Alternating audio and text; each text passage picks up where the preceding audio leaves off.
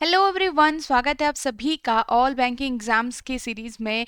ये आपका रीजनिंग का थर्ड लेक्चर है एंड आई होप आप सभी बहुत बहुत अच्छे होंगे और बहुत अच्छे से इन एग्जाम्स के लिए प्रिपेयर कर रहे हो। आपको जैसा पता है कि ये सीरीज आपको हेल्प करेगी आपका एसबीआई पीओ के लिए, एसबीआई क्लर्क के लिए, ठीक है, आईबीपीएस पीओ के लिए, आईबीपीएस क्लर्क के लिए and also RRB PO and RRB clerk के लिए आपका ये यहाँ पे हेल्प करने वाला है सेशन। तो इस पूरे ऑल बैंकिंग सीरीज के अंदर आपके रीजनिंग, क्वांट्स एंड इंग्लिश तीनों के सेशंस हो रहे हैं।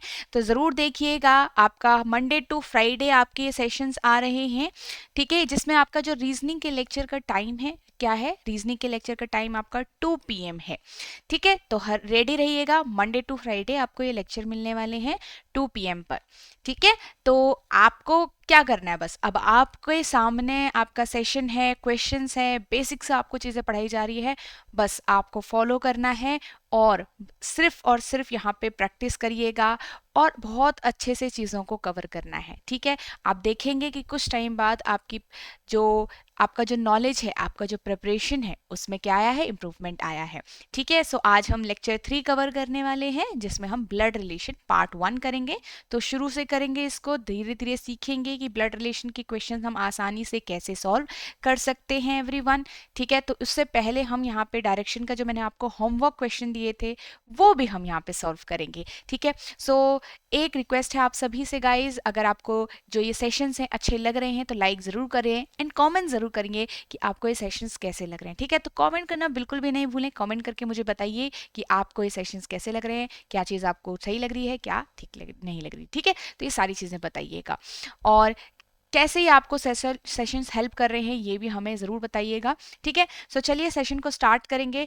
बिफोर स्टार्टिंग द सेशन, अगर आप ऐसे स्टूडेंट हैं जो बिल्कुल ही बिगिनर हैं और जिनको अभी तक आइडिया नहीं कि कैसे क्वेश्चंस एग्जाम में आते हैं, तो आप प्रीवियस ईयर पेपर्स का जो ई बुक है डाउनलोड कर सकते हैं यहाँ पे से। ये आपका SBI, IBPS and RRB exams की जो प्रीवियस ईयर पेपर से बनाया गया है, ठीक है। इसी के अंदर आपको इन क्वेश्चंस का आंसर की भी मिलेगा, जिससे आप बहुत अच्छे से प्रैक्टिस कर सकते हो और एक आइडिया ले सकते हो कि एग्जाम में कौन कौन से क्वेश्चंस आते हैं और किस लेवल के क्वेश्चंस आते हैं, ठीक है। सो आप इसको डाउनलोड कर सकते हैं, लिंक आपको डिस्क्रिप्शन बॉक्स में दिया हुआ है, वहां पे से आप जा सकते हैं। और इन्हीं सेशंस के जो पीडीएफ हैं वो आपको अवेलेबल होते हैं टेलीग्राम ग्रुप पे। तो टेलीग्राम ग्रुप आप ज्वाइन कर सकते हैं, डिस्क्रिप्शन में आपको उसका भी लिंक गिवन हो रखा है। नाउ अब आप एक ऐसे स्टूडेंट हैं जो बिल्कुल ही कंफ्यूज्ड हैं, अभी आप शुरू कर रहे हैं या फिर आप चीज़ों में अगर इम्प्रूवमेंट नहीं मिल पा रही है आपको, आप कहीं पे स्टक हो गए हो, राइट, और आपको लगता है कि now you need something to mentor you, now you need a guidance है, राइट। तो this is the course for you guys, banking exams महापैक। ये बैंकिंग एग्जाम महापैक आपके इन 6 एग्जाम को टारगेट करने वाला है, जिसमें आपको सारी ही चीज़ें जो आपकी एग्जाम तक, मतलब स्टार्ट से लेकर एंड तक, आपका जो फाइनल सिलेक्शन तक का सारी चीज़ें इसमें अवेलेबल हैं। आप इसको एक बार गो थ्रू ज़रूर करिए। मैं आपको बता देती हूँ कि इसमें क्या क्या चीज़ें आपको मिलने वाली हैं। कॉन्सेप्ट क्लासेस आपको इसमें मिलने वाली है जो रिकॉर्डेड फॉर्म में रहेंगी। क्वांट्स, रीजनिंग, इंग्लिश, जिसके भी आपको कॉन्सेप्ट क्लासेस देखनी है वो सब आपको यहाँ पे अवेलेबल होगा। साथ ही आपको यहाँ पे डिस्क्रिप्टिव की भी क्लासेस मिलनी है, तो डिस्क्रिप्टिव भी आपका कवर होने वाला है इसमें, ठीक है। एंड नेक्स्ट आपको यहाँ पे कंप्यूटर की भी क्लासेस मिलने वाली, कंप्यूटर नॉलेज की, जो आपका आरआरबी में इंपॉर्टेंट है, ठीक है। नेक्स्ट आपको यहाँ पे फुल लेंथ टेस्ट मिलेंगे एंड साथ ही आपको चैप्टर वाइज टेस्ट भी मिलेंगे, सिर्फ एक टेस्ट नहीं किसी चैप्टर पे बेस्ड, मल्टीपल टेस्ट होंगे यहाँ पे, 2-3 टेस्ट होंगे एक चैप्टर पे बेस्ड, जिससे आप उस चैप्टर को भी बहुत अच्छे से पकड़ बना सकते हो, ठीक है। आपके यहाँ पे प्रीवियस ईयर पे क्वेश्चंस में आपके एक्सप्लेनेशन के साथ यहाँ पे आपको प्रोवाइड होगा, ठीक है। ये सारी चीज़ें आपको इस कोर्स के अंदर मिलेगी। आप इस कोर्स तक कैसे पहुँच सकते हो, आपके पास 3 वेज हैं। फर्स्ट, आप हमारा जो ऐप है प्ले स्टोर से डाउनलोड कर सकते हैं, एडिटैप लर्निंग सॉल्यूशन ऐप, वहाँ से आप इस कोर्स में एनरोल कर सकते हैं।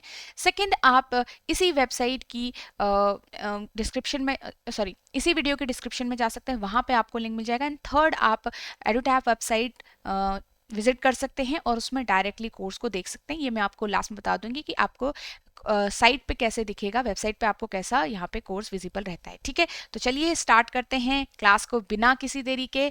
हमारे पास ये होमवर्क क्वेश्चन था डायरेक्शन का, मैंने आपको बताया था, ठीक है। तो इसमें आपके पास क्वेश्चन है, Manav starts walking from point A towards east to reach point B, ठीक है।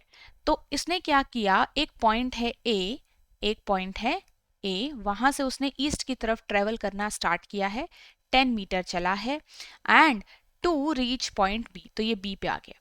Takes a left turn and walk for 15, तो लेफ्ट टर्न लेकर 15 मीटर जब चलेगा तो वो यहाँ पहुंचेगा, यहाँ कहीं, ठीक है, टू रीच पॉइंट सी, तो यहाँ पे कहाँ पहुंचेगा वो, पॉइंट सी पे पहुंचेगा। फिर उसके बाद ही टेक्स अ राइट टर्न, यहां से उसने एक राइट टर्न लिया और 12 मीटर के लिए लिया है, ठीक है, तो यहाँ पे उसने एक राइट टर्न लिया 12 मीटर का और डी पे पहुंच गया, ठीक है, डी पे वो पहुंच गया। डी के बाद उसने एक राइट टर्न और लिया है 8 मीटर के लिए और एफ पे पहुंचे। देखो डी से उसने 8 मीटर का ट्रेवल किया है डिस्टेंस और वो यहाँ पे एफ पे पहुंच गया है। नेक्स्ट कहता है कि then he takes a right turn, यहां से भी उसने एक राइट टर्न लिया and walks for 8 metre to reach point J. यहाँ पे से एक राइट टर्न जब लेगा तो वो इस साइड को लेगा और 8 मीटर कवर करेगा, मतलब यहाँ कहीं आपके पास जे होना चाहिए 8 मीटर के साथ, क्योंकि ऊपर सी डी 12 है तो 8 तो छोटा ही होगा इसलिए यहाँ पे तक रहेगा। ए जो है वो मिड पॉइंट है सी एंड डी का, ई जो है वो मिड पॉइंट है सी एंड डी का आपका यहाँ पे, ठीक है, तो ई आपका सी और डी के बिल्कुल बिल्कुल बीच में होना चाहिए, ठीक है, तो आपके पास क्या है, सी और डी का मिड पॉइंट हो गया ई और ये पूरा डायग्राम बन गया। अब यहाँ से हम स्टार्ट करते हैं। If H is 7 metres to the south of J, क्या कहा गया है कि अगर जो H पॉइंट है, सपोज कोई नया पॉइंट है H 7 मीटर साउथ की तरफ है तो 7 मीटर, देखो अब D और F आपका 8 है, अगर आप ध्यान दो C और B लेकर, C से B आपका 15 है, तो जो ये बचा हुआ डिस्टेंस है ना ये कितना होगा, यहां से लेकर जो यहां तक का डिस्टेंस होगा it will be 15 minus 8 that is 7। क्यों, क्योंकि आधा तो D और F हो चुका है तो बाकी जो बचा होगा वो आपका नीचे की साइड होगा J से। क्लियर है। कह रहा है कि H अगर यहाँ पे होगा तो यहाँ कहीं H होगा ये वाला पॉइंट पे। कह रहा है कि what is the shortest distance between A and H, H और A के बीच में। अब H और A के बीच में शॉर्टेस्ट डिस्टेंस होगा वो ये वाला होगा, राइट, तो A से लेकर B तो आपके पास गिवन है 10। अगर मैं A और H की डिस्टेंस निकालूं तो is equal to A B plus कितना हो जाएगा, A B plus B H, right, B H मुझे निकालना है। अब देखो बी एच के लिए मुझे ये वाला पार्ट निकालना है, राइट, ये वाला पार्ट, तो कैसे होगा ये वाला, कैसे होगा, आपको कुछ नहीं करना। देखो आपको पता है कि जे से लेकर एफ 8 है, सी से लेकर डी 12 है, तो आपका जो ये वाला पार्ट होगा वो कितना होगा, 12 माइनस 8 कितना हो गया, 4, कितना हो गया आपके पास 4, सो आंसर विल बी 4, ठीक है, तो ये आ जाएगा आपका 4 plus 10, answer will be 14। Clear है। चलिए नेक्स्ट में चलते हैं, what is the direction of point A with respect two point D, तो डी ए का पता करना है डी के रेस्पेक्ट में, तो डी से देखना है ए की तरफ, कैसे देख रहे नीचे की तरफ, साउथ एंड वेस्ट, ऐसे है ना, ये साउथ वेस्ट आएगा आपका आंसर। शॉर्टेस्ट डिस्टेंस ई और एफ के बीच में, तो ई और एफ के बीच में शॉर्टेस्ट डिस्टेंस, अब यहाँ पे हमारे पास ई जो था वो ये था, तो ये हमारा शॉर्टेस्ट डिस्टेंस हो गया ई और एफ के बीच में।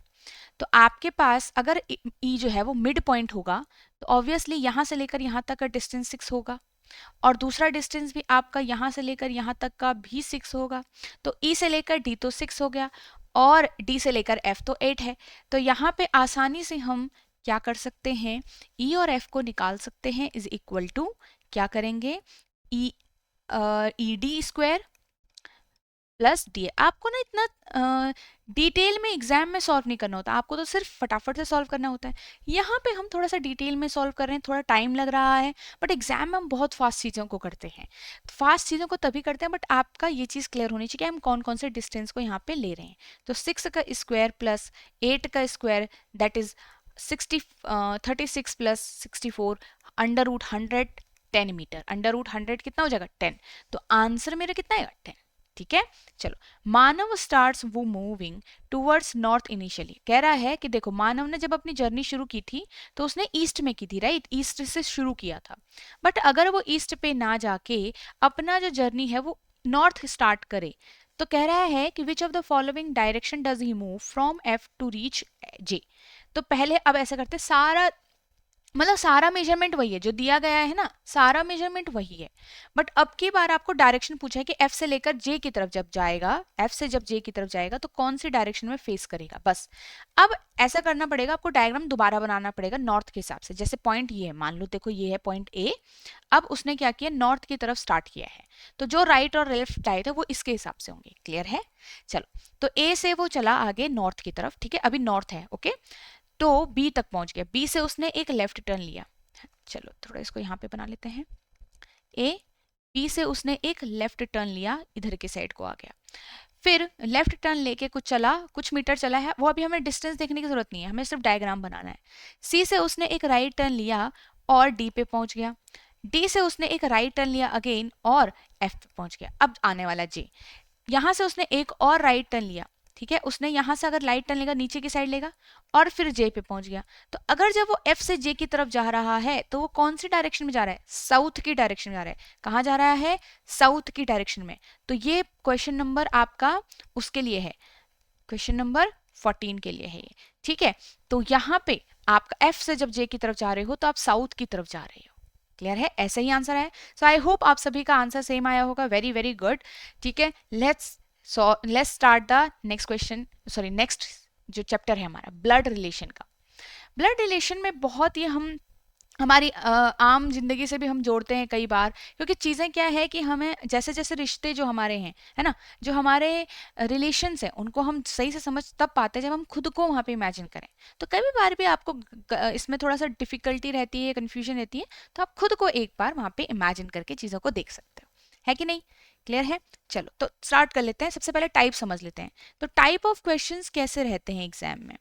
इसमें आता है एक आपका बेसिक पैराग्राफ टाइप, ठीक है, जैसा हमने डायरेक्शन में किया था ना, सेम वैसे ही एक बेसिक पैराग्राफ टाइप होते हैं, जिसमें आपके छोटे छोटे पैराग्राफ हो गए। और यहाँ पे जैसे ब्लड डायरेक्शन वाले में एक दो या तीन क्वेश्चन थे उस पर बेस्ड, वैसे ही इस पैराग्राफ पे भी होते हैं। एक आता है आपका, जो आता है coded blood relation, coded blood relation, ठीक है, ये आता है। एक हो गया आपका सिटिंग अरेंजमेंट के साथ ब्लड रिलेशन, एक होता है आपका पजल के साथ ब्लड रिलेशन, ठीक है, और भी कुछ हो सकता है। ठीक है, अब इसमें से एक पॉइंटिंग फॉर्म भी होता है, जिसमें से कि एक तस्वीर की तरफ देखकर सीमा ने ये कहा, है ना, इस तरीके से पॉइंट आउट करके कि कोई स्टेज पे कोई खड़ा है तो किसी ने कहा कि वो मेरी मदर के फादर का ब्रदर है, इस टाइप से कुछ। अब पॉइंटिंग फॉर्म आपके एग्जाम में नहीं आता है, बैंकिंग एग्जाम्स में बिल्कुल भी नहीं आता है, ठीक है। बेसिक वाला जो पैराग्राफ बेस्ड है वो हमारा प्री के लिए है, और जो ये तीनों ही हमारे हैं वो हमारे मेंस के लिए हैं। किसके लिए है? मेंस के लिए। तो जो सिंपल वाला क्वेश्चन है वो हमारा प्री में आ जाता है और बाकी सब हमारे मेंस में आ जाते हैं। ओके, चलिए अब यहाँ पे से हम आगे बढ़ते हैं। आपको पता है हम अभी पहले सिर्फ सिंपल सिंपल क्वेश्चन सॉल्व कर रहे हैं, प्री के हिसाब से कर रहे हैं। तो जो ये बाकी के तीन क्वेश्चन, तीन टाइप ऑफ जो ब्लड रिलेशन है वो हम बाद में सॉल्व करेंगे, ठीक है, और इन जो लेक्चर हैं उनके बाद करेंगे। तो लेट्स सी, सबसे पहले शुरुआत होती है रिलेशन से। हमारे कैसे कैसे टाइप के यहाँ पे रिलेशंस हैं। देखो, grandfather, grand mother, uncle, aunt, ये रिलेशंस आपने देखे होंगे। अब अगर जैसे आप में से काफ़ी है हिंदी में आप बोलते हैं ग्रैंडफादर दादाजी, है ना, ग्रैंड मदर दादी जी, जरूरी थोड़ी दादा दादी होंगे, नाना नानी भी होता है ना। तो हमारे पास हिंदी में दो टाइप के नेम है, एक हमारे पापा के फादर मदर के लिए, एक हमारी मदर के फादर मदर के लिए, ऐसा कुछ होता है। अब इंग्लिश में तो वो सिर्फ ग्रैंडफादर और ग्रैंड मदर ही होता है, वो हमें खुद समझना पड़ेगा। ऐसा होगा क्या? नहीं, यहाँ पे याद रखिएगा, जब भी ग्रैंडफादर ग्रैंड मदर होगा आपके दिमाग में पहले से ही घंटी बज जानी चाहिए भाई, कि मेरे पास यहाँ से दो टाइप के रिलेशन निकलते हैं। एक तो आपके मदर की साइड से हो सकता है और एक आपके फादर की साइड से भी हो सकते हैं, ग्रैंडफादर, राइट। तो आप जब डायग्राम बनाते हो, फैमिली ट्री बनाते हो, तो यहाँ पे आप दोनों साइड से एक लेके चलोगे एक ऑप्शन। ऐसा नहीं कि सिर्फ आपके फादर के फादर ही हम यहाँ पे ड्रॉ करेंगे हमेशा, नहीं। सिमिलरली ग्रैंड मदर के लिए भी मदर के साइड से, फादर के साइड से। अंकल और आंट के लिए भी सेम है, आपकी मदर के साइड के से भी आपको अंकल मिलेंगे, आपके फादर के साइड से भी आपको अंकल मिलेंगे। सिमिलरली आंट का भी है, आपकी मदर के साइड से आपको अंकल मिलेंगे, आपके फादर के साइड से भी। अब आता है sister in law, brother in law.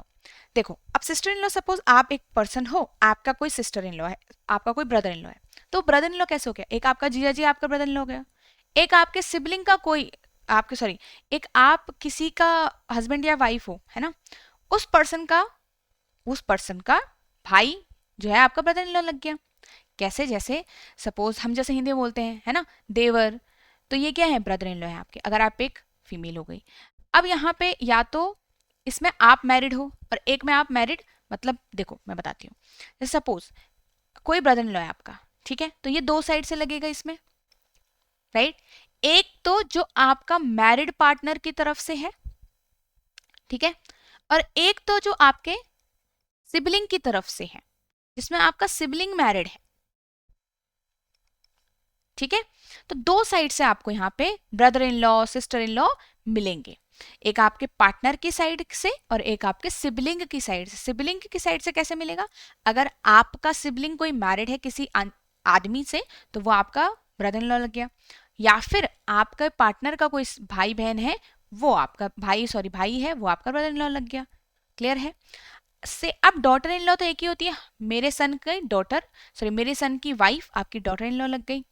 Sun in law, मेरी जो यहाँ पे डॉटर है उसका हस्बैंड जो होगा वो सन इन लॉ हो जाएगा, ठीक है।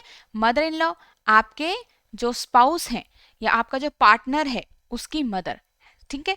अब नीज का मतलब क्या होता है? एक फीमेल पर्सन होता है, नीज आपका फीमेल है और आपके किसी सिबलिंग का चाइल्ड है या डॉटर है, ठीक है। सिबलिंग्स डॉटर, यहाँ पे मेनली अगर हम सबसे फर्स्ट जो रिलेशन देखें तो सिबलिंग्स डॉटर, ये आपकी कौन है? नीज है। उसी तरीके से नेफ्यू एक मेल पर्सन होता है जो आपके सिबलिंग का, सिबलिंग मतलब आपका खुद का भाई बहन, ठीक है, सन है। जैसे आपकी कोई सिस्टर होगी, है ना, उसका कोई चाइल्ड होगा, उसका मतलब उसका कोई बेटा है, तो वो आपका नेफ्यू लगेगा, ठीक है। अब आता है यहाँ पे कजन्स। कजन्स कौन होते हैं? Who have different parents, who have different parents, but आप एक ही जनरेशन में लाई करते हो, who have different parents but lie in the same generation. याद रखिएगा, ब्लड रिलेशन में जब भी सिस्टर और ब्रदर की बात हो, जब भी सिस्टर और ब्रदर की बात हो, वो आपका सिबलिंग ही होता है, मतलब जिनके सेम पेरेंट्स हो उन्हीं को हम ब्रदर और सिस्टर बोलते हैं ब्लड रिलेशन में, ठीक है। ओके, यहाँ पे जहां पे कजन होगा तो कजन का रिलेशन होगा तो वहां पे कजन मेंशन होगा, वरना आपका सिबलिंग अपने आप नहीं बना सकते हो, ठीक है। तो जहां पे भी सिस्टर और ब्रदर लिखा होगा, कि मान लो ए जो है वो बी का सिस्टर है, तो वहां पे वो उसका कजन नहीं हो सकता, वहां पे वो उसका उसके उन दोनों के सेम पेरेंट्स होने चाहिए, सिबलिंग होंगे वो, ठीक है। चलिए, पैटर्नल मतलब जितने भी रिलेशन आपके फादर की साइड से होंगे वो आपके पैटर्नल रिलेशंस होंगे, ठीक है। और जितने भी साइड्स आपके मदर के उससे होंगे तो वो आपके मैटरनल रिलेशंस होंगे, maternal grandfather, maternal uncle, maternal aunt, इस तरीके से। अब होता है स्पाउस। स्पाउस मतलब कपल या फिर पार्टनर, ठीक है। आपका जो हमारे, आप एक फीमेल हो तो आपका हस्बैंड, आप एक मेल हो तो आपकी वाइफ, तो यहाँ पे क्या हो गया? पार्टनर, ठीक है, मैरिड पार्टनर। अब एक चीज होती है, स्पाउस में तो मुझे कोई जेंडर का पता नहीं रहता कि स्पाउस, अगर मैं बोलूं ए स्पाउस है बी का, तो यहाँ पे हमें नहीं पता कि कौन हस्बैंड होता है कौन वाइफ होता है, ठीक है। So the gender is not clear, तो हस्बैंड को भी स्पाउस बोल सकते हैं, वाइफ को भी स्पाउस बोल सकते हैं, ओके। जब तक हस्बैंड वाइफ नहीं कहा तब तक हमें पता नहीं होता है। देखो, अब ब्लड रिलेशन में कभी भी याद रखना, किसी भी पर्सन का जो नेम होता है, name does not define a gender, ये आप हमेशा याद रखोगे कि कोई जो नेम है वो एक जेंडर को डिफाइन नहीं करता है, ये हम याद रखेंगे। सेकेंड थिंग, अगर आपको वहां पे जब तक ही शी नहीं दिया है, ही और शी में भी आपको मेल फीमेल पता चल जाएगा, या फिर वाइफ डॉटर सन इस टाइप का कुछ नहीं दिया है, तो तब तक आपको वहां पे उनके जेंडर का पता नहीं होता है, तो किसी के नेम से मत उनके जेंडर का पता लगाना, ठीक है। अब हम आगे चलते हैं, कुछ और चीजें समझते हैं इसमें। सिंबल्स, यहाँ पे क्या होता है कि जब हम फैमिली ट्री बनाएंगे, क्योंकि हमें एक फैमिली ट्री क्रिएट करना होता है, एक इन्फॉर्मेशन का हमारे पास कुछ इन्फॉर्मेशन है, उसके बेसिस पे हम एक फैमिली ट्री बनाएंगे और फिर हम उसको देखेंगे और फिर क्वेश्चंस को सॉल्व करेंगे, क्योंकि डायरेक्टली यहाँ पे किसी पैराग्राफ से क्वेश्चन का आंसर करना हमारे लिए थोड़ा सा डिफिकल्ट हो जाता है। ओके, अब वो फैमिली ट्री में हम मदर, फीमेल, फादर ये तो नहीं लिख सकते हैं, तो हम डिनोट करते हैं इन कुछ रिलेशंस को जो हमारे मेन मेन रिलेशन है। एक मेल को हम यहाँ पे प्लस साइन से डिनोट करने वाले हैं, फीमेल को एक माइनस साइन से डिनोट करने वाले हैं, कपल को हम 2 हॉरिजेंटल लाइन से डिनोट करने वाले हैं, उन दोनों के बीच में हम 2 हॉरिजेंटल लाइन बनाएंगे कि मतलब वो मैरिड है। सिबलिंग के बीच में मैं एक सिंगल हॉरिजेंटल लाइन से डिनोट करने वाली हूँ, और जनरेशन गैप हम एक वर्टिकल एरो से दिखाएंगे कि ऊपर एक जनरेशन, ऊपर वाली जनरेशन है, नीचे नीचे वाली जनरेशन है, ठीक है, जनरेशन गैप। तो ये सिंबल्स हम यहाँ पे यूज करना वाले हैं। तो चलिए स्टार्ट करेंगे आगे कुछ और चीजें भी। अब हम एक फैमिली ट्री बनाना शुरू करते हैं, ठीक है, सीखते हैं कि कैसे फैमिली ट्री बनता है। यहाँ पे आपके पास देखो, अब एक चीज देखनी है, paternal grandfather, paternal grandmother, mother, father, brother, son, wife और यू। मतलब एक आप पर्सन हो, सपोज आपके हिसाब से फैमिली बन रही है, तो यहाँ पे मैंने बना दिया ए मतलब एक वाइफ है, ये सब क्या है, रिलेटेड टू ए है, सारे क्या हैं, रिलेट करते हैं ए से, ठीक है। तो ए आप हो, एक वाइफ है आपके पास, अगर आपकी जो वाइफ है तो वो फीमेल होगी obviously. Here we will say that जो मैरिड कपल होंगे एक फीमेल होगा और एक मेल होना चाहिए। तो वाइफ होगी तो फीमेल होगी, और इसके मतलब आप एक मेल होने चाहिए। इसका मतलब यहाँ से बात पता चला है, आपका एक सन है, तो आप कहीं से भी इस एरो को नीचे बना सकते हैं, यहाँ से बना सकते हैं, यहाँ से बना सकते हैं, कहीं से भी बना सकते हैं।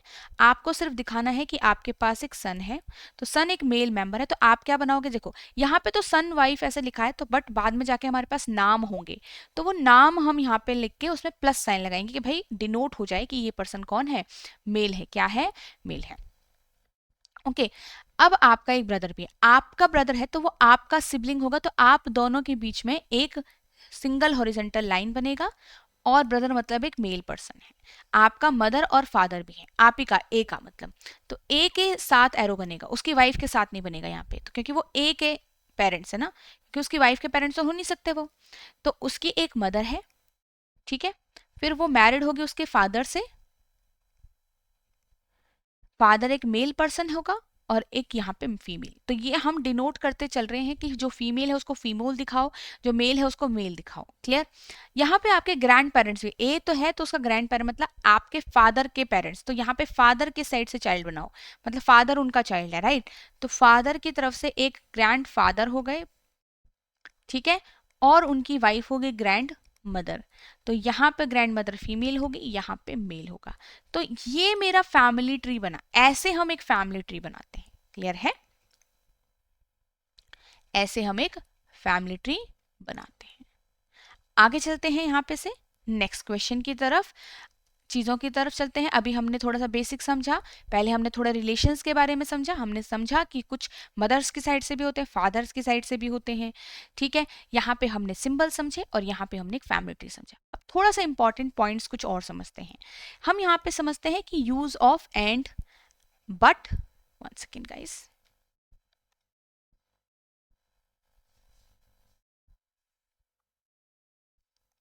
Use of and but, one second, ठीक है, and but, okay, also, one second, ये क्या हो रहा है यहाँ पे, हु, हुज और विच, ठीक है। तो इनका हम यूज देखते हैं। तो जब भी मेरे पास, याद रखिएगा, जब भी मेरे पास एंड हो और बट हो, तो हमेशा जैसे हमने डायरेक्शन में पढ़ा था, यहां पे भी सेम, ये आपका सीटिंग अरेंजमेंट पजल हर जगह काम आएगा। एंड और बट ये होते हैं जब भी मेरे पास होंगे, ये आपको इंफॉर्मेशन देते हैं, information of the first person, first person of the statement. एक एग्जाम्पल मैं आपको यहां पे दे देती हूं।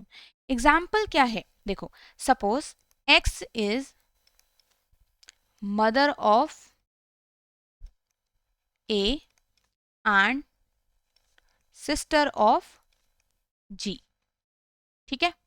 अब X is the mother of A and sister of G. अब यहाँ पे जो ये एंड कर रहा है, ये कनेक्टर नहीं है सिर्फ, यहाँ पे ये एक दो सेंटेंसेस को, मतलब ये एक काम कर रहा है कि दो अलग अलग रिलेशंस को बता रहा है। एक्स का जो है, देखो एक्स मदर तो है, मुझे पता चल गया एक्स क्या है, ए की मदर भी है, एंड एक्स ही साथ में आपका जी की सिस्टर भी है।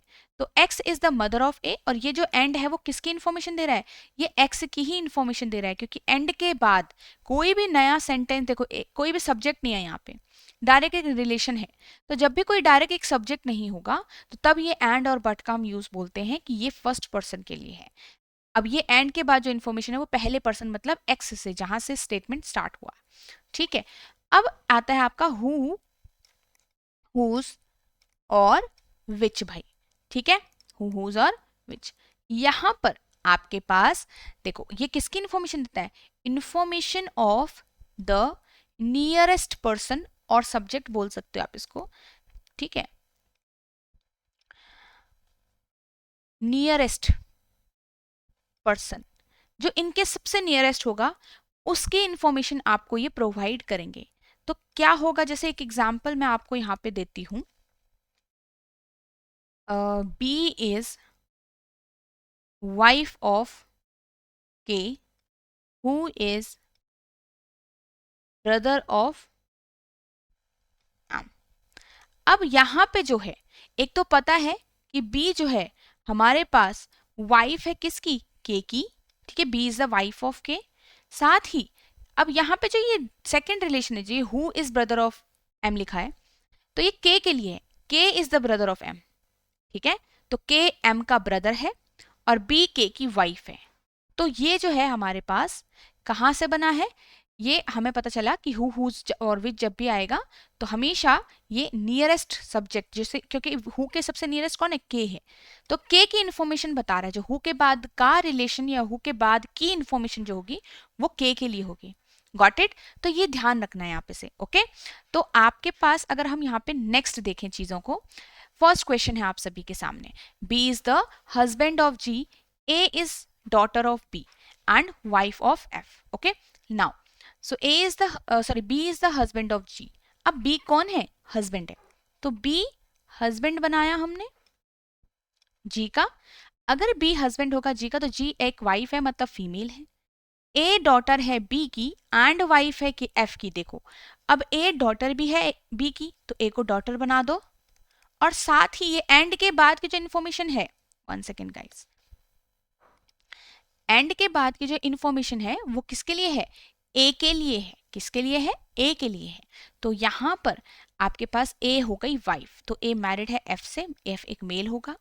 डी डॉटर है एफ की, तो वो ए की भी डॉटर होगी, तो आप कहीं से भी एरो निकाल लो, तो क्योंकि मैरिड पार्टनर है ना, एफ की डॉटर ए की डॉटर, बात तो एक ही हो गई, तो डी डॉटर हो गई। अब ये पूरा डायग्राम आपका बन गया। इसमें पूछ लिया है कि how is F related to D, भाई how is B related to D, तो बी कैसे रिलेट करता है डी से। तो बी देखो यहां पे, अब आप बी रिलेट कर रहा है ना, तो बी का इंफॉर्मेशन चाहिए मुझे। यहां पे बी का जेंडर पता होना चाहिए, और बी जो है वो डी से कैसे रिलेट कर रहा है ये पता होना चाहिए, मतलब बी डी का क्या लगता है। यहाँ पे इसको इस तरीके से समझ लो, बी जो है डी का क्या लगता है। तो हमेशा याद रखिएगा जो ये टू के बाद का होता है उसके रेस्पेक्ट में फाइंड आउट करना होता है, और जो पहले होता है सब्जेक्ट, पहला पर्सन, उसका ही रिलेशन पता करना होता है। तो बी जो है वो डी, देखो बी की डॉटर, उसकी डॉटर की डॉटर, मान लो आप हो, आपकी कोई डॉटर है, आपकी डॉटर की डॉटर, तो वो आपकी क्या लगेगी, ग्रैंड चाइल्ड लगेगी, ग्रैंड डॉटर लगेगी, राइट। बट आप क्या लगोगे उसके, आप उसके ग्रैंड फादर लगोगे, तो बी डी का क्या लगता है, ग्रैंड फादर लगता है। आंसर क्या आएगा, C option, B is D's grand father.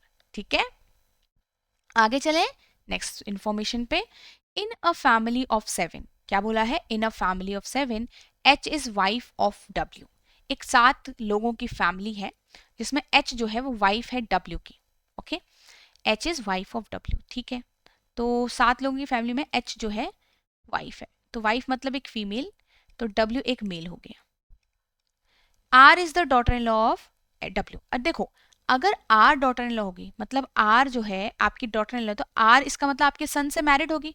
अगर वो डॉटर है, डॉटर इन लॉ तो फीमेल है, तो आपका कोई सन होगा, उसकी उसकी जो वाइफ होगी वो आपकी डॉटर इन लॉ लगेगी ना। इसका मतलब आर मैरिड है, फीमेल है, और किससे मैरिड है? डब्ल्यू के सन से। तो यहाँ पे एक रिलेशन आप डब्ल्यू और आर के बीच में ऐसा बना पाए हो। क्लियर है? P is the aunt of T who is a son of Q. P जो है आंट है टी की, सन है क्यू का। जो अभी ये हमारे पास है नहीं, इसको साइड में रख दो या फिर अलग से नोट डाउन कर लो, बाद में देखेंगे। L is the child of R. कह रहा है कि एल जो है आर का चाइल्ड है, वो हमें नहीं पता। आर का कोई भी भाई बहन नहीं है, ठीक है।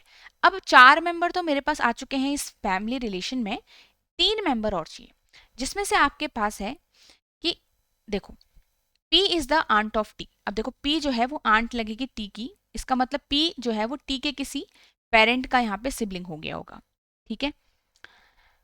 T जो है वो आपका यहाँ पे Q का सन है।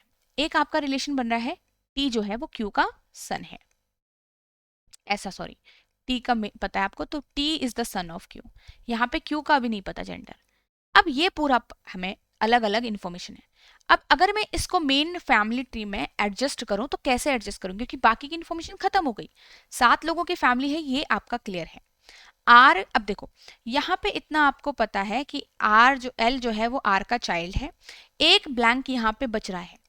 अब इस ब्लैंक में देखो, इन तीनों में से आप किसको फिल कर सकते हो? क्या आप टी को फिल करोगे, क्योंकि टी एक मेल है। पी को फिल नहीं कर सकते, पी ऑलरेडी एक फीमेल है, ऑब्वियसली, राइट। मेल चाहिए, क्यू भी हो सकता है, टी भी हो सकता है। अगर मैं टी को रख दूं तो टी का एक पेरेंट कौन दिख रहा है? क्यू दिख रहा है। क्या आपको टी का पेरेंट क्यू आ सकता है यहाँ पे? नहीं। अगर मैंने टी को यहाँ रख, देखो तो टी के तो 2 पेरेंट ऑलरेडी है, एच और डब्ल्यू, तीसरा तो नहीं हो पाएगा ना, गॉड फादर गॉड मदर थोड़ी है यहाँ पे, है ना। तो भाई इसलिए यहाँ पे टी नहीं आ सकता। तो किसकी चांस बनेगी? सिर्फ सिर्फ और सिर्फ यहाँ पे क्यू ही आ सकता है। पी तो फीमेल है, टी आ नहीं पा रहा है, क्यू यहाँ पे आ गया, क्यू का चाइल्ड है। अगर देखो क्यू का चाइल्ड टी होगा तो टी और एल सिबलिंग हुए कि नहीं हुए, और टी सन है तो यहाँ पे आ गया। Clear clear. अब यहाँ पे से देखो कि आपके पास पी के लिए बोला है, पी अगर आंट है टी की, देखो अगर मैं पी को आंट बनाऊं टी का, तो ऑब्वियसली टी का कोई आंट है तो उसके पेरेंट्स का सिस्टर होगा, होगा पेरेंट्स की साइड से होगा, उसके मदर की साइड से भी हो सकता है, उसके फादर की भी, राइट। अब P जो है वो सिबलिंग होगा अगर, तो P अगर R का नहीं हो सकता सिबलिंग, क्योंकि R के पास तो कोई सिबलिंग है ही नहीं, दिया गया है। तो P को यहाँ Q का सिबलिंग होना पड़ेगा, P आंट हो गई। ये आपका पूरा फैमिली ट्री बन गया। कौन सा है? ये वाला, ये हमारा पूरा फैमिली ट्री बन गया। क्लियर है? इसमें कितने मैरिड कपल है? क्वेश्चन है कि कितने मैरिड कपल है। देखो 2 मैरिड कपल हैं, तो 2 मेरा आंसर आएगा। कांट बी डिटरमाइन हम तब चूज करते हैं जब हमें कोई भी चीज का मतलब पूरा नॉलेज नहीं है, हम श्योर नहीं है, हमें पता तो है बट श्योर नहीं है। श्योर है कि 2 मैरिड कपल हैं तो 2 आएगा, नहीं होते तो आता कैन नॉट बी डिटरमाइन। ठीक है। How is T related to R? अब देखो टी कैसे रिलेट कर रहा है आर से, टी का रिलेशन बताना है ना। तो टी आर का क्या है? देखो टी का फादर, उसकी टी का फादर है क्यू और टी की मदर है आर, है ना। तो टी क्या है? सन। टी का क्या है? सन। तो T is son of R. Clear? तो ये कहां से दिख रहा है? सब फैमिली ट्री से दिख रहा है, इसलिए family tree banana is the main agenda here. Clear है? जैसे हम नॉर्मल डायग्राम बनाते हैं वैसे फैमिली ट्री। चलिए नेक्स्ट क्वेश्चन की तरफ भी हम चलते हैं यहाँ पे से। चलो नेक्स्ट है, A B C D E and F are in a family of 3 generation. कितनी फैमिली है? 3 जनरेशन की फैमिली में। इसको ट्राई करो एक बार। 6 लोग हैं मेरे पास, ठीक है, 3 जनरेशन भी है। There are 2 married couple, 2 married couple भी हैं। चलो 2 मैरिड कपल्स हो गए। इधर बोथ और none of the parents is alive, मतलब या तो दोनों पेरेंट्स होने। देखो इस लाइन का मीनिंग समझो। अगर सी किसी का चाइल्ड है, सी का कोई फादर है, सपोज सी का फादर आ गया आपकी फैमिली में, तो उसका फादर अकेला नहीं होगा भाई, उसके फादर की वाइफ होनी चाहिए। मतलब किसी का कोई पेरेंट है तो वो पेरेंट अकेला नहीं होगा, वो मैरिड में होना चाहिए। या तो किसी का कोई पेरेंट ही ना हो और या तो दोनों हो। ठीक है। चलो तो ई जो है वो मदर इन लॉ है ए की। पहली लाइन देखो, यहां से कर रही हूं मैं start. E mother in law है ए की। तो अगर ई जो है वो मदर इन लॉ मतलब एक फीमेल, मदर इन लॉ का मतलब ए की है, तो ए ई के चाइल्ड से ए मैरिड है। ये इस तरीके से आपने रिलेशन बनाया, ये बनाना आना चाहिए। ई से लेकर ए तक का। ए जो है वो एक फीमेल है, तो ऑब्वियसली ए अगर फीमेल हो गई तो वो ई के सन से मैरिड होगा। क्लियर। बी जो है वो फादर है सी का, हु हैज वन चाइल्ड, इसको अलग से डिनोट कर लो। देखो बी आपके पास फादर है सी का भी एक चाइल्ड है, तो 3 जनरेशन के फैमिली ट्री में एक स्ट्रक्चर इतना पूरा आ गया complete. B doesn't have a sibling, मतलब बी का कोई सिबलिंग भी नहीं है। ठीक है। D is an unmarried female and has only one brother, मतलब एक अलग से एक और है कि डी एक अनमैरिड फीमेल है, मतलब फीमेल, और एक ही ब्रदर है, हैज ओनली वन ब्रदर, मतलब एक ब्रदर है और इससे ज्यादा उसके ब्रदर्स नहीं हो सकते। तो इसका मतलब यहाँ पे किसी का अभी इस ब्लैंक में किसी ने आना है, इस ब्लैंक में भी किसी ने आना है, और मेरे पास सिर्फ 6 लोग हैं। अगर आपको ध्यान लगे तो हमने यहाँ पे कहा कि या तो दोनों ही पेरेंट अलाइव होने चाहिए या तो कोई भी नहीं। अगर ई किसी का पेरेंट है तो ई भी मैरिड होगा किसी पर्सन से, तो एक इसका मतलब यहाँ पे भी अब ब्लैंक हो गया। अगर सी किसी का पेरेंट है तो वो मैरिड होना चाहिए, बी भी मैरिड होना चाहिए, राइट। तो ये सब मैरिड होने चाहिए। अब 4 तो नहीं आ सकते, 2 ही मैरिड कपल हैं। अब इसका मतलब 2 ही मैरिड कपल हैं, तो आप समझ गए होंगे कि मुझे बी को ए के साथ ई के साथ रखना होगा, सी को ए के साथ रखना होगा, क्योंकि अगर मैं सी को ऊपर ई के साथ रख दूंगी तो मेरा फैमिली ट्री हिल जाएगा, 3 जनरेशन से ज्यादा हो जाएगा, है ना। तो बी सी और नीचे एक और जनरेशन है। ठीक है। बी भी मैरिड है, सी भी मैरिड है, बनाना पड़ेगा। तो आपके पास यहाँ पे बी की जगह मिल गई और यहाँ पे आपको सी की जगह मिल गई। सी अपने आप में एक मेल हो गया क्योंकि पहले से यहाँ पे मेल के लिए जगह खाली थी, पहले तो नहीं पता था बट ट्री में रखने के बाद 4 लोग आ गए। अब डी को कहा है कि डी का एक ही भाई है और डी एक अनमैरिड फीमेल है, सी का एक चाइल्ड भी है, वो हम देख लेंगे। अब डी देखो यहाँ तो नहीं आ सकता, क्यों? क्योंकि डी एक यहाँ पे अगर आ गया, D is an unmarried female and has only one brother, यहाँ पे हमें नहीं पता कि कोई कहाँ है उसका ब्रदर। ठीक है। जो जिससे ज्यादा हमें यहाँ पे दिख रहा है, देखो डी एक यहाँ पे अनमैरिड फीमेल बना दी और यहाँ पे वो सी उसका एक ही ब्रदर हो गया। ठीक है। अब बचा है एफ, तो एफ आपके पास यहाँ पर आ गया। क्लियर है। एफ आपके पास चाइल्ड में आ गया, कोई जगह खाली थी। तो ये पूरे 6 मेंबर हमारे हो गए हैं। ठीक है, 6 मेंबर हमारे हो गए हैं। तो अब यहाँ पे से आगे चले। How D is related to A, कह रहा है कि डी कैसे रिलेट करता है। देखो डी आपका सिस्टर इन लॉ है, ए का क्या है, सिस्टर इन लॉ है ए का। क्लियर। चलो, क्योंकि डी देखो डी का भाई उसकी वाइफ, तो डी के भाई की वाइफ उसकी सिस्टर इन लॉ लगेगी। हाउ इज एफ रिलेटेड, अब देखो एफ का रिलेशन पूछा है, तो एफ का रिलेशन ई से क्या है।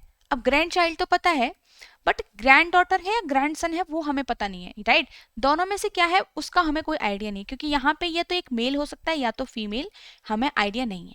और हाउ इज एफ रिलेटेड, तो एफ का जेंडर मैंने आपको बताया, पहले पर्सन का हमेशा जेंडर और उसका जनरेशन गैप ये आइडिया होना चाहिए आपको, तभी आप सही आंसर कर पाओगे।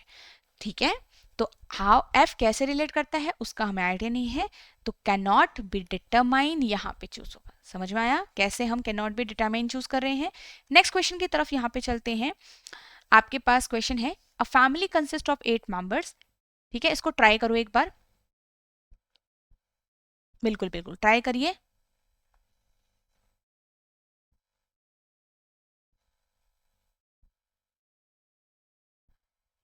अ फैमिली कंसिस्ट ऑफ 8 मेंबर्स, ठीक है, एच तक मेंबर है।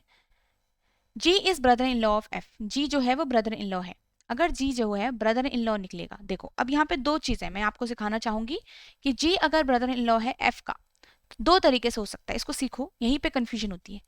जी, आप सपोज आप जी हो, आपका कोई ब्रदर इन लॉ लगेगा तो कैसे लगेगा, मतलब आप किसी के हो, sorry, G is the brother in law, तो आप किसी के ब्रदर इन लॉ है, तो इसका मतलब आप उसके बहन से मैरिड हो, एफ की बहन से, और या तो आप जिसके सिबलिंग हो वो मैरिड है एफ से, तो आप दोनों साइड से एफ के क्या लग गए, ब्रदर इन लॉ गए। आप कौन लग गए, ब्रदर इन लॉ, है ना। एफ का ब्रदर इन लॉ, एफ का ब्रदर इन लॉ। ठीक है। एक में क्या दिख रहा है, दोनों में फर्क दिख रहा है, एक में जी मैरिड दिखा दिया हमने और एक में जी का सिबलिंग दिखा दिया। ठीक है। तो एक में जी मैरिड हो चुका है, दूसरे में हमने सिर्फ सिबलिंग दिखाया है, बाकी की इंफॉर्मेशन हमें नहीं पता। अब इसमें इन दोनों में कौन सा केस आएगा उसका हम बाद में देखेंगे। आगे चलते हैं। H who is the only daughter of D is the wife of F। देखो H who is the, तो who के नियरेस्ट H है तो H की ही इंफॉर्मेशन है ये। H जो है who is the only daughter of D, D की इकलौती डॉटर है is the wife of F. ये किसकी वाइफ है? एफ की वाइफ है, तो एफ एक मेल पर्सन होगा। सी जो कह रहा है फादर है, देखो सी जो है वो जी का फादर है, इसको साइड में रहने दो। B is daughter of H, अब ऑलरेडी हमारे पास एच है फैमिली ट्री में, तो बी जो है वो डॉटर है एच की, क्लियर है। A is the mother of A who is aunt of B. अब आपको पता है आंट कहाँ आएगी, आंट यहां आ सकती है ए, राइट, और आंट इधर से भी आ सकती है, कहीं से भी आ सकती है आंट, राइट। बी की आंट है वो, है ना, तो ए जो है वो मदर है। अब एक चीज यहां पे ध्यान देना, लास्ट में एक और लाइन कही है जी इज अनमैरिड। अब जैसे उसने बोला कि जी अनमैरिड है, तो इसका मतलब जी जो है अनमैरिड, ये पहला वाला केस तो गलत हो गया जिसमें जी को हमने मैरिड बनाया था, राइट। इसका मतलब इसको अब मैच करो, इसको इस मेन फैमिली में थोड़ा सा मैच करो। जी का सिबलिंग उसका हस्बैंड एफ, है ना, ऐसे ही। तो जी किसका सिबलिंग निकल जाएगा आपके पास? जी आपके पास निकल जाएगा यहां पर किसका सिबलिंग? एच का सिबलिंग निकलेगा कि नहीं निकलेगा? और ब्रदर, सॉरी ब्रदर निकल जाएगा, ठीक है, क्योंकि मेल तो पता ही है। ओके, क्लियर है। तो दूसरा वाला हमारा सही हुआ, बस हमने क्या किया, इसको मेन फैमिली ट्री में अटैच कर दिया, एडजस्ट कर दिया। अब यहाँ पे जी का एक पेरेंट है सी, एक पेरेंट ऑलरेडी है उसका, देखो जी का भाई जो है एच, उसका पेरेंट और जी का पेरेंट तो सेम ही होगा। जी का एक और पेरेंट है, जी का फादर है सी, और जी का दूसरा पेरेंट है डी। तो दोनों पेरेंट साथ में कैसे आएंगे? दोनों पेरेंट कैसे होंगे? जब वो मैरिड होंगे ऑब्वियसली। तो डी को मैरिड होना पड़ेगा सी से, ताकि जी का एक पेरेंट सी हो गया और डी एक फीमेल हो जाएगी, क्लियर है। इस तरीके से सी और डी हमारे दोनों ही जी के पेरेंट हैं। अब उसने कहा कि ई जो है वो मदर है ए की, और ए जो है वो आंट है। अब मैंने आपको कहा था आंट, देखो पहली बात तो उसने कहा था दो तरीके हैं। एक उसने कहा था कि एच जो है वो ओनली डॉटर है डी की, तो डी की दूसरी कोई डॉटर हो नहीं सकती है, सिर्फ दो ही बच्चे हैं जी और एच, तो एफ से ए यहां आ जाएगा, क्लियर। और दूसरा उसने बोला ई जो है वो मदर है ए की, अगर ई जो है वो मदर है ए की, तो यहाँ पे ई इधर आ जाएगा, क्योंकि ए ऑब्वियसली आपका सी और डी का चाइल्ड तो होगा नहीं, क्योंकि वो ई उसकी दूसरी मदर है ना। ऐसा तो हो नहीं सकता दूसरी माँ है, ऐसा नहीं करना है, एक ही मदर एक ही फादर रखना है यहाँ पे भाई, स्टैंडर्ड यही रहेगा, ठीक है। ये आपका पूरा फैमिली ट्री बन गया, पूरा 8 मेंबर्स का। अब यहाँ पे से क्वेश्चन है, how is related to B. E कैसे रिलेट कर रहा है, देखो अब ध्यान से देखो, काफी दूर का लग रहा है रिश्ता, पर पास का रिश्ता है। देखो ई की, ई के सन, ई के सन का डॉटर, ई के सन की डॉटर है ये, ध्यान से अगर देखोगे तो ये आपको ई के सन जो एफ है उसकी डॉटर है बी। तो क्या है यहाँ पे ई कैसे रिलेट कर रहा है, ई उसकी ग्रैंड मदर लगेगी, क्या लगेगी? Grand mother. देखो जब तक स्पेसिफिक नहीं कर दिया कि मैटरनल पैटर्नल, तब तक आप सिंपल ग्रैंड मदर वगैरह ऑप्शन है तो आप वही चूज करो। बट अगर जब इन्होंने स्पेसिफाई कर दिया होगा कि भाई पैटर्नल ग्रैंड मदर है कि मैटरनल ग्रैंड मदर, तब आप बिल्कुल स्पेसिफिक ही चूज करना। जैसे अभी यहाँ पे ई एक पैटर्नल ग्रैंड मदर है, ठीक है। How is H related to A, H का रिलेशन ए से क्या है? देखो एच का रिलेशन देखो ए से क्या है, H is the sister in law, H के हस्बैंड की बहन, तो एच उसकी क्या लगेगी? सिस्टर इन लॉ लग जाएगी, क्या लग जाएगी? सिस्टर इन लॉ लग जाएगी, क्लियर है। चलिए आगे बढ़े, ये एक क्वेश्चन है, ये आप लोगों के लिए होमवर्क होगा, ठीक है। इसको हम नेक्स्ट क्लास में सॉल्व करके मैं आपको बताऊंगी। सो आई होप आप इसको जरूर ट्राई करेंगे, क्लियर है। चलिए तो ये आपका होमवर्क है, ये 3 क्वेश्चन इस पे बेस्ड हैं। सो चलिए, this was the last question. I hope आपको आज का ये सेशन अच्छा लगा होगा, आपको सारी चीज़ें समझ में आ गई होंगी। सो लाइक ज़रूर करिएगा सेशन को, ठीक है। जितना लाइक करोगे उतना हमें चीज़ें काफ़ी क्लियर होती रहेंगी, और हम इन फ्यूचर आपके लिए ऐसे ही अच्छा कंटेंट और डिफरेंट डिफरेंट क्वेश्चंस लेके आते रहेंगे, ठीक है। सो कमेंट ज़रूर करिएगा, कमेंट करके बताना है कि आपको ये कैसा लगा, ठीक है। कमेंट करना मत भूलें, और आपके कोई फ्रेंड्स एंड फैमिली में कोई इस एग्ज़ाम के लिए तैयारी कर रहे हैं तो शेयर ज़रूर करिएगा वीडियो को, जितना आप शेयर कर सकते हो। तो चलिए, आप सभी के कमेंट का वेट रहेगा, आप सभी के लाइक का इंतज़ार रहेगा। सो हम मिलेंगे नेक्स्ट वाली वीडियो में। एंड मैं आपको यहाँ पे अगेन बता रही हूँ, इसकी पीडीएफ आपको अवेलेबल होती है टेलीग्राम ग्रुप पे, ठीक है। अब यहाँ पे से आप में से जो स्टूडेंट हैं वेबसाइट विजिट करेंगे तो उनको कोर्स कहाँ पे विजिबल होगा, चलिए ये देख लेते हैं, ठीक है। आप यहाँ से एडुटैप की वेबसाइट पर जाएंगे, ठीक है, ऐसे करके यहाँ पे आपको एडुटैप ओपन करना है। आपको यहाँ पे से चूज करना है बैंकिंग कोर्सेज, ठीक है। बैंकिंग कोर्सेज पे जाके, कोर्सेज के ऑप्शन पे जाके बैंकिंग, अब यहाँ पे से आपको थोड़ा सा स्क्रॉल डाउन करना है नीचे की साइड को, ऐसे आपके पास ये कोर्स आ जाएगा, ठीक है। इस तरीके से आप जाएंगे, ये बाय नाउ पे जाके आप एनरोल कर सकते हैं, और जो भी आपको वैलिडिटी इसमें चाहिए आप वो वैलिडिटी चूज कर सकते हैं अपने हिसाब से, ठीक है। नो मोर पे जाके आप इसमें और चीजें समझ सकते हैं, ठीक है। नो मोर पे आप जाएंगे तो यहाँ पे से आपके जो भी साइलेंट फीचर है इस कोर्स के वो आप देख सकते हो। आपकी इसके अंदर कॉन्सेप्ट क्लासेस हैं, मॉक टेस्ट हैं, सारी चीज़ें आपकी इसके अंदर है, ठीक है। तो ये साइलेंट फीचर है, डिस्क्रिप्टिव इंग्लिश है, कंप्यूटर नॉलेज है, ये सारी चीज़ें आपकी इसके अंदर है, आप इसमें देख सकते हो, ठीक है। सो नेक्स्ट आप इसको क्या करना है, आपको जो भी सही लगता है आप वैसा डिसीजन यहाँ पे लेंगे, और एक सही डिसीजन लेंगे जो सिर्फ आपके लिए सही होगा, ठीक है। Rather than looking at different things and listening to different things, आपको देखना है कि आप कहाँ से कैसे क्या इंप्रूव करते हो, जैसे भी, ठीक है। आप ये वीडियोस तो आपके पास हैं ही, ये तो आपको अच्छे से प्रिपेयर कर रही हैं, बट कहीं पे भी आपको लगता है कि नहीं थोड़ा सा और चाहिए, तो आपके पास ये कोर्स भी है, ठीक है। तो चलिए, that's all for today everyone. I hope आप सब चीज़ें अच्छे से फॉलो कर रहे हैं, वीडियोस को प्रैक्टिस करेंगे और होमवर्क क्वेश्चन ज़रूर सॉल्व करेंगे। That's all, we will meet in the next session, keep preparing.